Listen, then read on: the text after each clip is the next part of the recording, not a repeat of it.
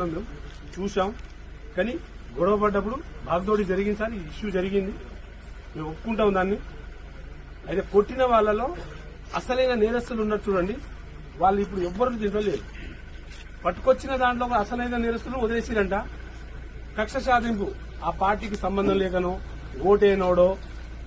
ఓటేనోడో వానికి పడనోడో ప్రతీకారం తీర్చుకోవడానికి మాత్రం ఈ అమాయకులని పావులా వాడుతున్నారు, ఇబ్బంది పెడుతున్నారు.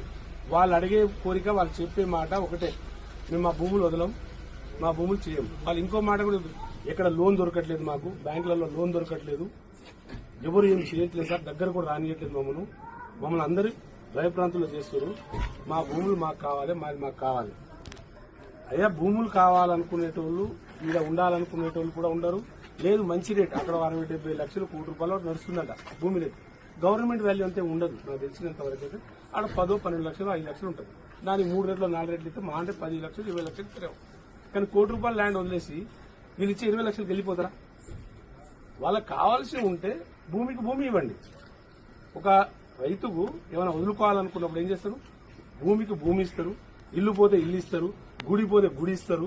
అవసరమైతే నష్టపరిహారం ఇంకైనా కొంచెం డబ్బులు ఇచ్చి వాళ్ళకి వేరే దగ్గర అకామిడేట్ చేసి ఆ తర్వాత ఈ ల్యాండ్ ఇచ్చేస్తారు.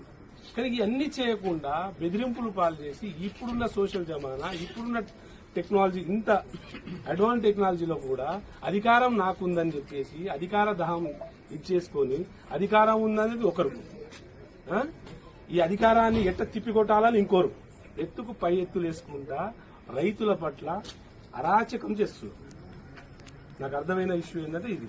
దీన్ని అన్ని చూసుకొని ఇమీడియట్లీ వాళ్ళ మీద మేము ఆల్రెడీ వాళ్లకు డీజీపీకి అండ్ సిఎస్ కు, చీఫ్ సెక్రటరీకి కూడా మేము ఆదేశాలు ఇవ్వడం జరిగింది. విత్ ఇన్ 10 days లో వీటికి పూర్తి నివేదిక కావాలి. అప్పటి వరకు ఆ వర్క్ ఆపేయాలి. ఏది కూడా ఎవరిని ముట్టుకోవద్దు.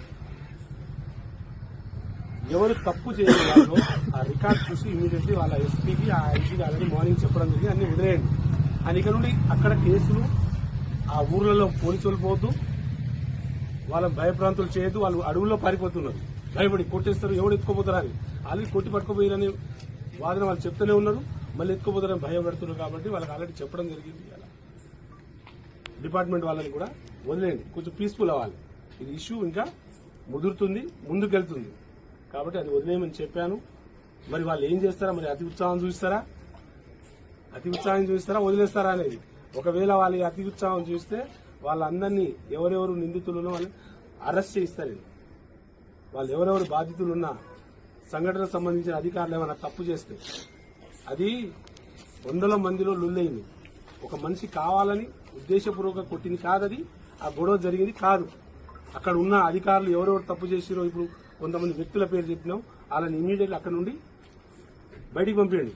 ఆ ఏరియాలో వాళ్ళు ఉండకూడదు అధికారులు. ఆ ఎంఆర్ఓ ఉండొచ్చు, ఇంకో అధికారి ఉండొచ్చు, మిగతా ఇంకో కొంతమంది సిఐలు కొంచెం అతి ఉత్సాహం చూపించి ఈ గవర్నమెంట్ ఉందని మనం వాళ్ళకి ఏం సపోర్ట్ చేసిరో తెలియదు. మరి సీఎం గారి ఏరియా కాబట్టి సీఎం గారు పెద్ద ఎత్తున ఏదైనా వరాలు జల్లిందేమో, నాకు ఐడియా లేదు. మరి అలాంటి వరాలు జల్లినట్టు నన్ను ఏం చేయలేడు అనుకుంటారేమో. కానీ వాళ్ళ తరఫున హ్యూమన్ రైట్స్ తో పాటు ఎస్టీ కమిషన్ కూడా ఉంది. మా ఎస్టీ బిడ్డల కోసం మేము ఉన్నాం. మీరు ఇలాంటివి జరిగితే మాకు ఊరుకునేది లేదు. కానీ మిత్రులారా, మనం డెవలప్మెంట్ లో భాగంలో ఎట్లాంటి ఇండస్ట్రీ కూడా మన దేశానికి, మన రాష్ట్రానికి, మన జిల్లాకి, మన మండలానికి రావాల్సిన అవసరం ఉంది. దానికి తగ్గట్టు ల్యాండ్ ఇవ్వాల్సిన అవసరం ఉంది. లేదా గవర్నమెంట్ ల్యాండ్ జోలాడండి, లేదు ప్రైవేట్ ల్యాండ్ కావాలనుకున్నప్పుడు వాళ్ళ కోరికలు నెరవేర్చండి. వాళ్ళ కోరికలు నెరవేర్చి మీరు తీసుకోవాలి తప్ప ఇలాంటివి చేస్తే మంచిది కాదు. కానీ ఇవాళ పాపం వాళ్ళు చూస్తే బాగా బాధ అనిపించింది. నేను ఖచ్చితంగా చెప్తున్నా, వాళ్ళకి అండగా ఉంటా. ఇక్కడ జరిగిన సంఘటనలు, పార్టీలు వేరు కాదు, మనం ముందు ప్రజల కోసం చేయాల్సిన పనులు, వాటి వాళ్ళకి న్యాయం జరిగేటట్టు చూస్తా. అలాగే తప్పు చేసిన శిక్ష పడేటట్టు చేస్తాను. Thank you sir.